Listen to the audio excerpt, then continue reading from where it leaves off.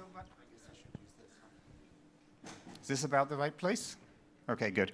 And So- Cheyenne and Chelsea, go ahead and come down when you can. Oh, yeah. So there were so many wonderful concepts in this performance, and I think ones that many of us here can relate to. I think I'd like to start with actually sort of at the end, in a way, not chronologically, but in terms of concepts. The boxes. Tell us about the boxes. How did the idea come up? What does it signify? I'd love to hear about that. So when we were first thinking about design, and Chris is on his way, Okay. Christopher Myers, who designed the piece, we were thinking about the materials of migration. What are the materials that we use to move from one place to the next? And we wanted that to be our starting point for our materials on stage. And we wanted to create a set that we could pack up quickly and leave with if we had to. And so that is from whence the boxes came. There's also this idea when you make a theater that centralizes young audiences, we knew we were making this piece to play to young people, that if you take seriously making art for young audiences, you have high production values. And that means like a set with running water in it. And that's what it means to take young people seriously, is really ornate sets. And we thought about, what does it mean to take young people seriously in the ideas? What does it mean to take young people seriously in letting them sit in long passages of text with us, or let us be in an abstract moment? So it also came from a kind of thinking about the aesthetic assumptions about theater that invites young people to the center. Great. I see we have two new people. So I haven't met you yet, I'm afraid. I haven't met you either. What's your name? Cheyenne, I'm the technical director. Cheyenne, the technical director. Great. And somebody else at the other end? I'm Chelsea. Chelsea. Great. And Kendall Allen's up there. It looks like she's still working, but our stage manager, Kendall Allen, is upstairs. Okay, wonderful. Since we're talking about the scenery or the set design, there was another question I had about that, which actually relates here to NYU Abu Dhabi. The work that you did with one of my colleagues and his students to create the interactive elements. So I think that one of the challenges with incorporating technology into anything in life, but especially theater, is finding the balance between gimmickry and something substantial. I'd love to hear your thoughts on that, if it's either you or somebody else from the audience. Who wants to respond to that? Well, I'll go again. Somebody else jump in if they want to.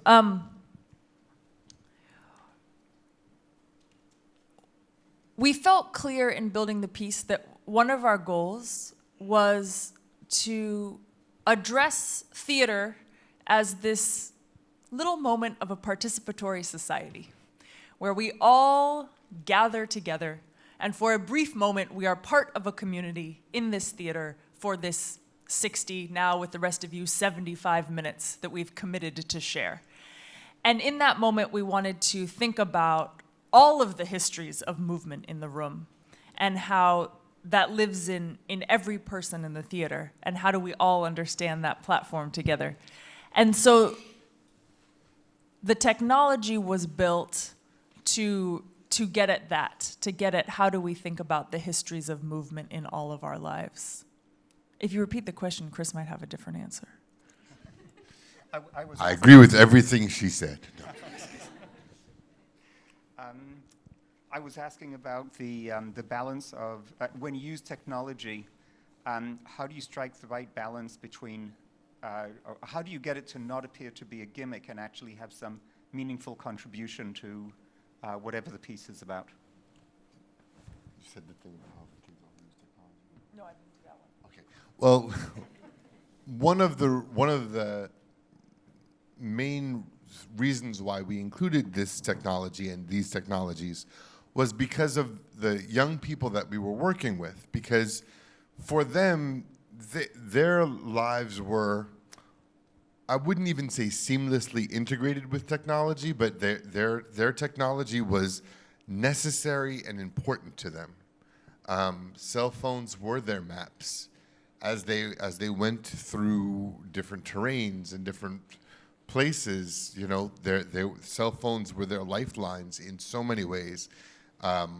We use Google Translate with them as often as they use Google Translate with us. They would be in touch with often their families back home, you know. So there was this one time was unexpected. You know, you're working with a bunch of kids, different language capacities. We thought, okay, let's play with a visual cue. We brought a green screen, and we asked all of these young people, we said, where do you want to be in the world? Which is what the central question of all of this is in certain ways. And they said, they gave us places, we took photos, we inserted them into those places in green screen. Within about 20 minutes, they all had to kind of get up and walk away. We said, what are you doing? What's going on? What's going on? They'd all sent the photos of themselves in Damascus 3 years ago, by the Blue Mosque in Afghanistan. There's a Blue Mosque there as well. And they sent these photos to their parents. And their parents were like, where are you? What's going on? You know, and this kind of integration with technology was so much also a reflection of these young people's lives. And so that's how you make it not a gimmick, is that it's organic and in the bones of thinking about these processes. Excellent, great. That's a good lesson for all of our interactive media students here. I'd like to turn to the actors. In many ways, the workshops that you did were not with the actors, am I correct? Or did the actors participate in this as well? In the workshops that you held with the children that you were just describing? The first workshops in Munich in 2016, they were not with us. Okay. And so I'm curious how you connected with these stories, if they were coming, or not coming from, but based on discussions with kids that you weren't part of. How do you connect with that? Of course, you have your own stories, but I'm curious what that process was like. Right. Personally, for me, I have a mic. Personally, for me, when Kaneza and Chris brought these stories into the room, and also these objects, you know, the gold and silver blankets, and, you know, we were reading these stories of migration, but also it wasn't too far from what I had experienced with my family, having to move all these times. And also my mom had worked in the airlines, so I was so used to moving. So I really had a relationship, even though a lot of the stories weren't personally mine. I knew what it felt like to leave home, or to leave home in a time of trouble, to leave home just out of necessity, or to leave home for different opportunities. So I was able to relate to those children and to really be able to be a part of their stories as well. Great. So often when you hear, stories about refugees, or you watch the news and they're talking about refugees, these stories are so sad. They put all of the weight of this sadness on these people. And one of the goals of the piece was to not have that sadness live in those bodies, but to live in our bodies and our stories, which is why we come forward and we give those monologues where we talk about our own personal journeys of migration, which of course we connect with because they are our own family's history, and that's really special. Yeah. And the other thing is these kids and like what they've done and what they've been through, they are literal heroes for having traveled how they have traveled, for the distances they've traveled and the dangers that they've traveled, and like made it out alive on the other side. Like, it's very inspiring to think about what they've done and what they've been through, and that all of us actors and other people, of course, in this room, like, we could have, if the circumstances were different in our lives, we could have been one of those kids. You know, it would have been very, very easy. If my parents had never moved from Syria, I could have been that kid in a boat on the Mediterranean. So that's another thing that like really helps to connect to that. Yeah, and I think I would also ask, like, how did you find yourselves connecting to those kids or to those stories or to us? because I think it's very similar to how I connected to the script initially. You see yourself in these kids. You see that the same desires. We all want to feel welcome. We all want to be home. We all want to be around our loved ones. And so I think that was my in. So if you found yourself seeing yourself in there, that's how I felt reading the script of other kids' stories. These are great perspectives. I'm glad that you brought up the monologues because for me at least, that was a really special part of the performance, because there often seems to be this sort of disconnect where part of your brain knows that these are actors, but then they're doing it so well that they're embodying the people that they're, the characters that they're acting. But then you also flip that so that we could see the actor, not just. So I really like that. I had another question about, many of us have come from different countries. Many of us, even if they're from Abu Dhabi, have traveled and maybe migrated in our own ways here. But there's a sharp distinction between traveling, I wrote in my notes here, sort of luxury traveling, being able to do it by choice, as opposed to not having a choice. And I'm curious how you negotiate that element. This is the premiere of the performance, so you haven't had a chance to perform it in front of other audiences. But I wonder how you would, maybe I'll just leave it at that, how you would negotiate that, or what it brings up. So one of the things that's interesting is when you get into like the nitty-gritty of policy around what is a refugee, that can get pretty thorny and pretty wide-ranging. So there's questions about who qualifies as a refugee. Some of the lines that you heard about the difference between running from an immediate crisis versus running from, let's say, an economic malaise that is going to affect your family. That's going to make it. Some of those folks are not refugees, right? And there's a lot of battles, and you hear it often. There's, for example, right now, the UN has finally come up with some resolutions around the Rohingya in Bangladesh, defining, okay, there's a human rights abuse here, but there's certain places where they still haven't quite said these are refugees. What my point is in saying this is that there are spectrums of movement, and I think that too often we want these institutions to kind of define refugee, not refugee, but that's just not how life works. And there is also a comfort, I think, especially in the kind of economically privileged parts of the world, in saying, well, we're not refugees. That refugee is a faraway thing that could never happen to us. Is especially interesting when it comes to all these kids that we met from Syria, who were like bougie kids, like upper middle class kids, French teacher, mom, dentist, dad, and then all of a sudden their life turned around. And there's always this gap in where the international community hasn't yet called them a refugee. And that's an interesting thing. Or you find some kids, this young woman from Eritrea, who was technically not a refugee, right? Because Eritrea, she was not.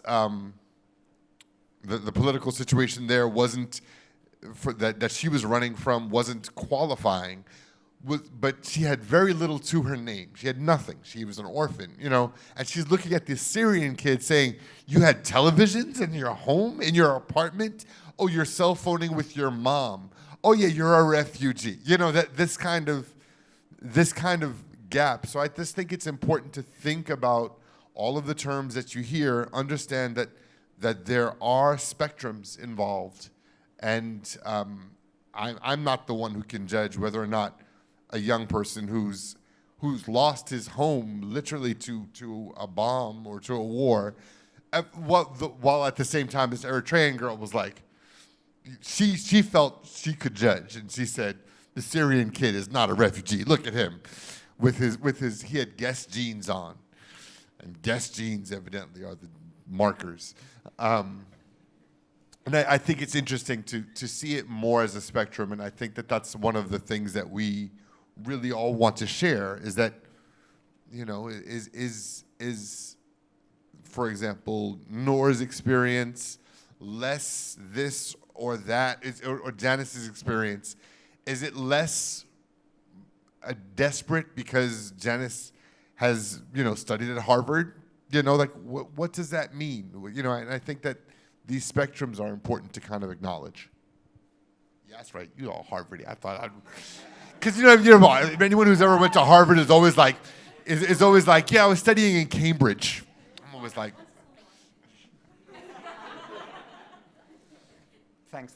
That's a great perspective, and I think these gray areas, or the spectrum, is something that probably a lot of students here can relate to. A lot of the audience here can relate to, regardless of whether they're students or not. So I'd like to one more question, then I'd like to turn the floor over to you all. Forgive my ignorance, I don't know enough about theater to know what your roles are, but I'd love to hear from the two people at the ends of here that haven't spoken yet, what you felt about creating this production. Thank you.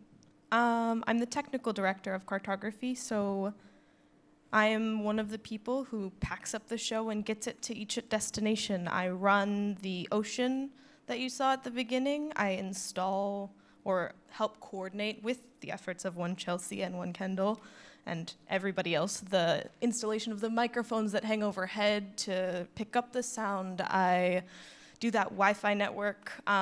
We had other people sourced to build them because Lord knows I don't know how to build a Wi-Fi network, but every place we go, it's my job to make sure that it works.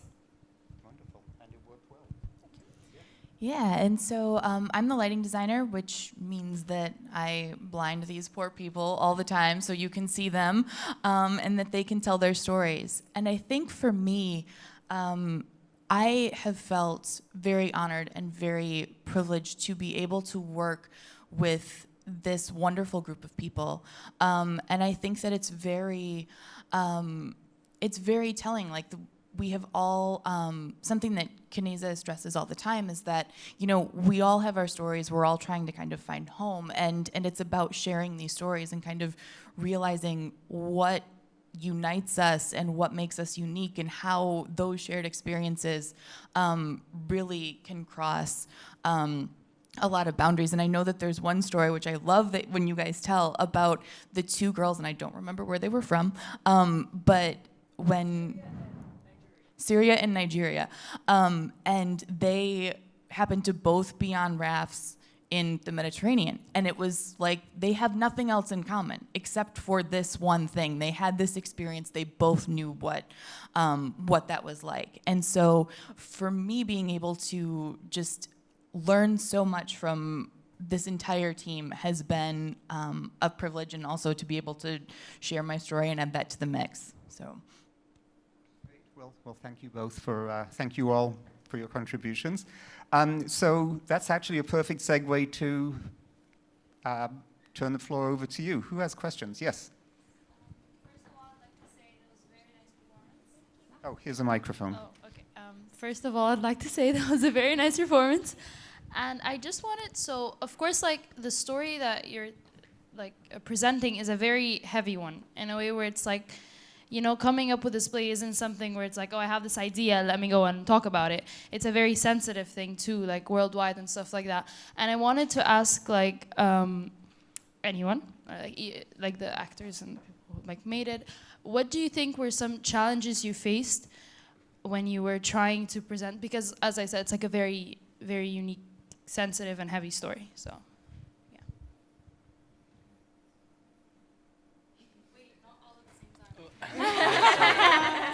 I think one of the challenges is that when people, like Victoria was saying, when people talk about migration and refugees, they're so quick to be like, it's so sad, tell us exactly how sad it was. And I actually think that one of the challenges that we come up against is, Kaneza has another story about an aunt of hers who was, her whole family was leaving and she got left in a closet with no food and no water for like 3 days, and she tells Kaneza this story, and she's like laughing about it, and she was like, yeah, they just left me in a closet for like 3 days, and da-da-da-da-da. And that's not exactly how Kaneza tells it, but the point is that when we're telling these stories sometimes, and when our families tell these stories, sometimes there is this like lightness to it in a way. It's told through laughter, it's told in all these different ways.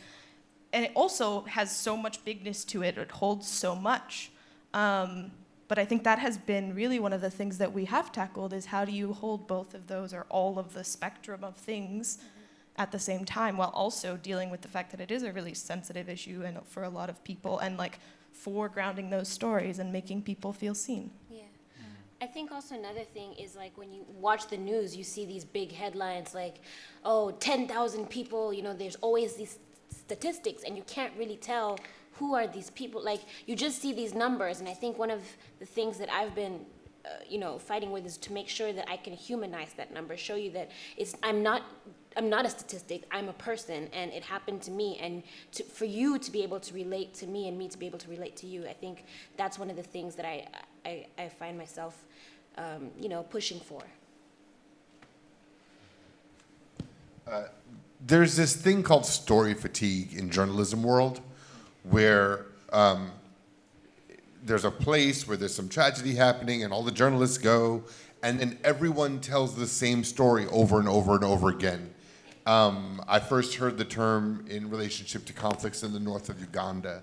I most recently heard the term, I was in the Rohingya camps in Bangladesh, and journalists kind of have this moment of being like, man, we're just hearing the same story over and over again, not realizing that they're sort of asking for the same story over and over again. They want to hear that story. I was working with translators in this Rohingya camp, and it was almost as if I didn't have to ask any questions, because the translators would walk to the people's houses, and then the people had told that same story like 10 times. So the question is, how do we get out of the collective story fatigue around this migration question? Humor is one of the big ways. Hopefully you laughed a bit. The kind of innovations of performance, they're not just avant-garde noodlings. They're about saying like, hey, how do we listen differently? I also think engaging other stories around this idea. So if we're thinking about stories of migration, we're in this political, historical moment where there's a lot of rhetoric around stealing jobs, around the depletion of resources. And what does it mean to expand and maybe pull back and think about Odysseus and the story of the Odyssey as the great hero's journey? And so that another way I think that we address it is we think about these stories as big as we can, and that gives us a lot of concentric circles with which to think about this historical moment.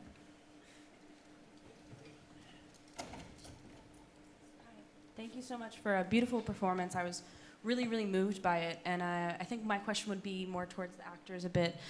So we heard these really beautiful and poignant stories from character point of view, and it's kind of hard to relate to those, I guess, for people that are, in this university or going to these shows. Usually probably wouldn't be students with, or people, young people with those same stories.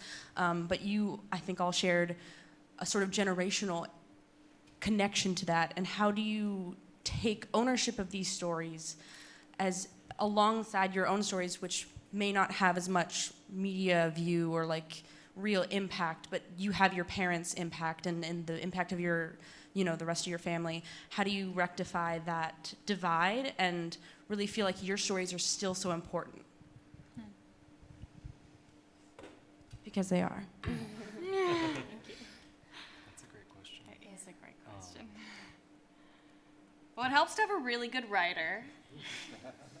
We didn't have to write the stories. But you did write did you write your monologue? We did not. No. Really? Those Yes. are our true stories, but This guy Chris wrote them. But Well, they are our true but stories. Victoria, can we talk about Arabic? So Victoria's learning Arabic. Yeah. And early on, she's like, Kaneza, you want to take this place, you want to take this piece so many places. people will hear my American accent on my Arabic. Like, what are we gonna do about that? And I was like, I don't care. I am interested in the fact that you are learning Arabic. I am interested in that complexity of you as an actor performing somebody else, and maybe you hear the American accent on it, and you know she's an American actor playing this role, or whatever it is. Maybe talk about that, because I think it was there's a lot of need to be authentic in certain kinds of ways, and in how do we think of the authenticity of thinking about human movement in a much broader way than does Victoria sound Lebanese or Syrian or American when she speaks Arabic? Go ahead. Yeah, there's a lot of imposter syndrome that comes from living on the hyphen, right? Like Lebanese American, somewhere in between, and that's just another border, another wall. Yeah, I'm still figuring out how to get through that. Yeah, and I'm thinking about the question, like these other stories that are in the media or have more impact, and I think I used to think that way, but doing the monologues, meeting with Chris, getting the pages, and feeling so honored, and really zooming out and seeing that my family's journey, which is my journey to being here right now, does have impact. Like, it's all those little things. The news actually, that's what you want to think is happening, but it's actually not. And our stories are it. So they're varied in like sadness or media coverage, but they're equally impactful, I think. And that's the huge gift of having that monologue here and saying it in front of y'all and feeling so proud to say that migration story and to feel, I guess, yeah, just feeling proud of that story where I remember being very ashamed of it and wanting to hide it and wanting to not know Spanish, wishing I wasn't as good at Spanish as I was. Yeah, is that an answer? Sort of. Yeah, and to piggyback off what both of Janice and Victoria just said, very, very important things that I want to add one thing to, which is a lot of times, I don't know if you feel the same way, but for people like us who are of two cultures in one country, you kind of feel like you don't really belong on this side and you don't really belong on this side. And you go see your family who's like, for example, for me, like my Arab family, like in Syria, when I see them and like I'm with them, I feel like I'm part of the family, but I don't. I feel like part of me is like the American cousin, right? And then when I'm in, you know, my life in the USA, like I always feel like I'm not the American kid, I'm like the Arab kid. And so I'm never really like this or that. I'm always like wherever I am, I'm the thing that's not there. And doing my monologue helps to, not that my story is like as necessarily as painful or as like traumatic as like a refugee story, but it helps realize that there are other people like me, like us, who we have these stories within us, we have these histories behind us that we do carry and that do impact our lives every day in this way. And it is an honor to be able to like give our stories as well, even though, like Janice said, I used to be ashamed of it, right? And used to be, even when we got the monologues, I felt like, well, why does my story is not important? Like I shouldn't, you know, there's no space for it here. But then realizing that, no, it's okay, because like you said, it's part of where we've come from that gives us, I guess, that space to include it in the play. I think we have time for one more question. Yes, over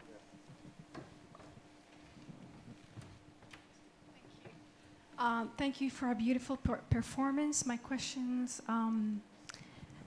is about how did you go about selecting those stories? What went into the process? Which refugee stories to actually showcase?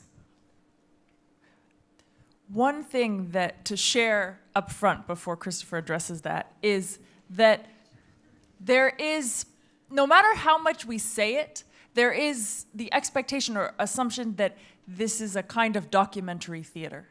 And in many ways, this is a continuation of a conversation that started in Munich in 2016 with a group of young people.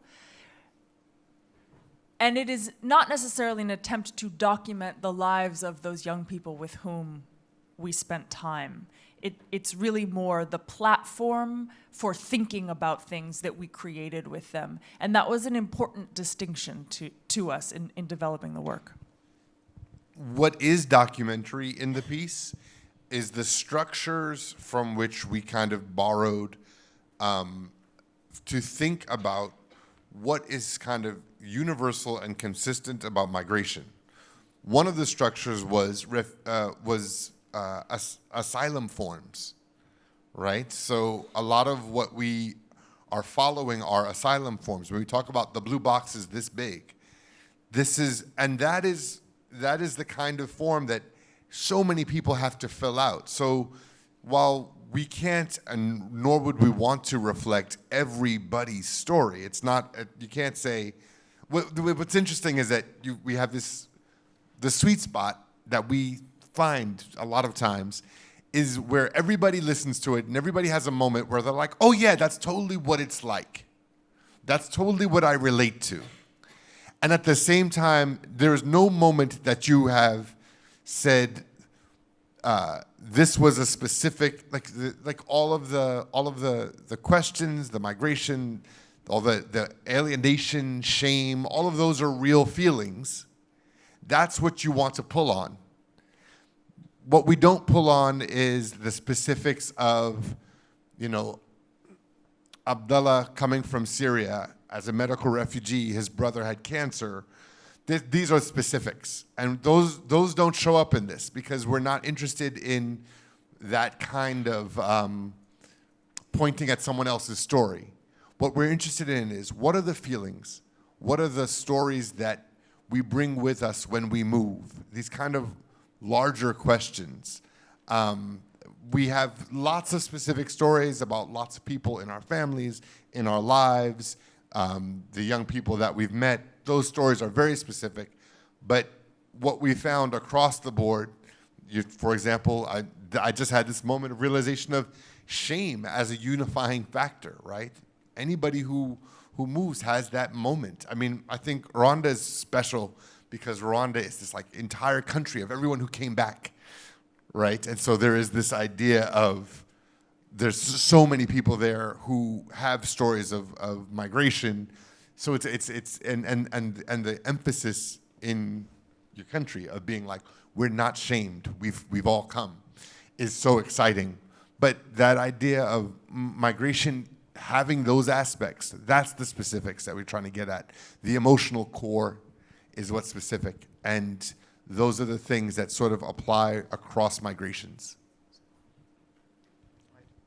Okay, well, thank you very much, everyone. Thank you to all of the staff and I don't know what the right word is, the company, right? That covers everyone.